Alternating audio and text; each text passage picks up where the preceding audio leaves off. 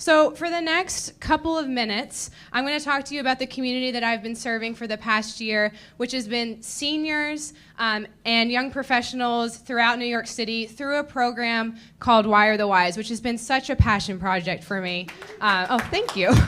And so I am really excited to share more. So if you look at the graphic up here, you're going to see this is the internet in real time. So as we're sitting here, this is how much data is being generated at this very second. And if you think about it, millions of people every single day are creating new connections online, joining different social media platforms, because people really like to feel connected, whether that's in person or online. And so what we also know is that the Pew Research Center has told us that adults over the age of 65, only half of those people are internet users. And what's even more profound is that the U.S. Census Bureau predicts that that same age demographic could double to 84 million people by 2050. So when you talk about connection, that's a lot of people that are not connected on, platforms that we use every single day. And so it was around this time last year that I was having coffee with Ellie Epstein, who is in the audience in the back, and we were talking about this program that she was developing called Why Are the Wise. And Why Are the Wise is essentially, it brings senior citizens who are the wise, as we call them, and young professionals who are the wired, and we do one-on-one technology sessions with those people. And so we also talked a lot about Ellie's grandmother and how she had served as an inspiration for her because Ellie had spent countless afternoons teaching her technology. But we also talked about my own parents and how even that age demographic could really benefit from this one-on-one help. And so it was through that we really went full force and started to grow Why Are the Wise as an organization.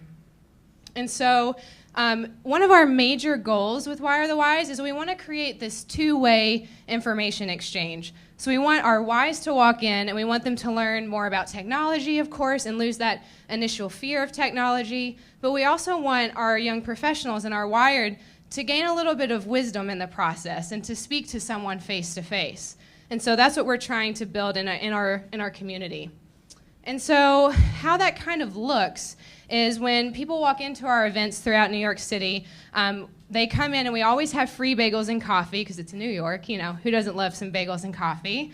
And so we have that, but we also do that because we really want to create a social environment from the start. So we want people to feel comfortable, to get to know one another before the tech lesson really even begins.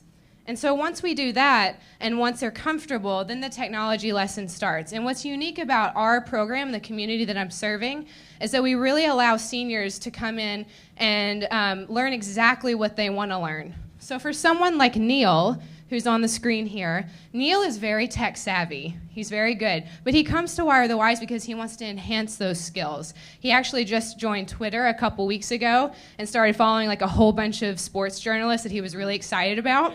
So that was a win.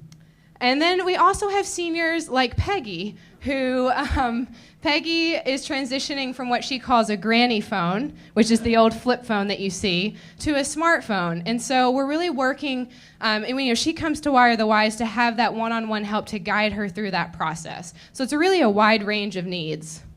And so over the past year, we've been able to have about 30 events throughout New York City, with around 40 average participants per event, with a total of approximately 600 young professionals and seniors impacted through our work.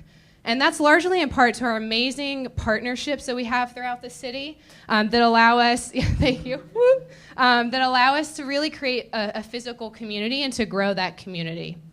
And so we're also very, physically involved, but also we're building our social media presence as well. And we like to incorporate social media, talking about connection, into our events. And we were playing around with Snapchat filters in that photo there. And so in serving and reporting on this community, I've created a Medium publication like many of my classmates called Wise Words that has about 10 stories so far, highlighting people in our community, but also highlighting our process for building this community and the lessons we've learned along the way. And I've also done several multimedia projects. This is my favorite one, where we did seniors FaceTime for the first time. So we brought in a bunch of our Wise and our Wired, and we taught them how to FaceTime. And this couple that you see on the screen, actually, they connected with their granddaughter, Becca, who was studying in Scotland, and they hadn't seen her in months. So that was really incredible to make that connection.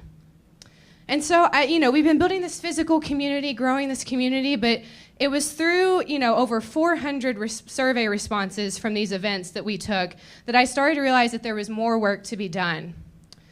And so I started seeing quotes like this, because while seniors have an initial fear of technology, there's also a language barrier that exists. For many of us who have grown up with tech and know what an iCloud is, that's language that they've never heard before. So that, I noticed that was starting to become a problem. And so that's when I decided to produce a couple of projects in the past few months. One of them is almost at completion, and the other two are for the future after graduation on Friday. So one of those is I really wanted to create, similarly to Alan, something physical.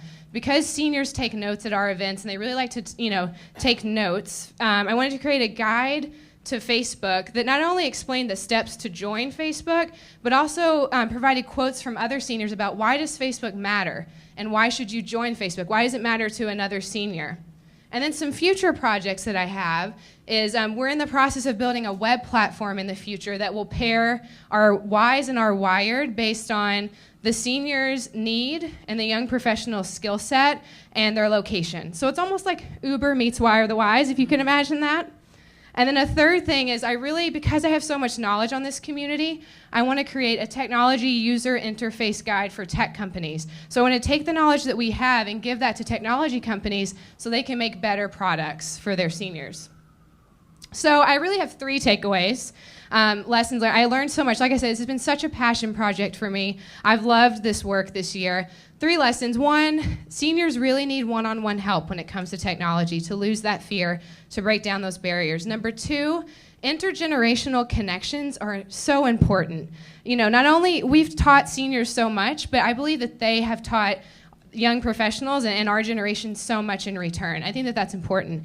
And as you think about journalism, one of our main missions is to create civic dialogue. And I think that Wire the Wise, especially post-election, could serve as an incredible model for bringing communities together around a common goal and then seeing what conversations spark when you allow that to happen.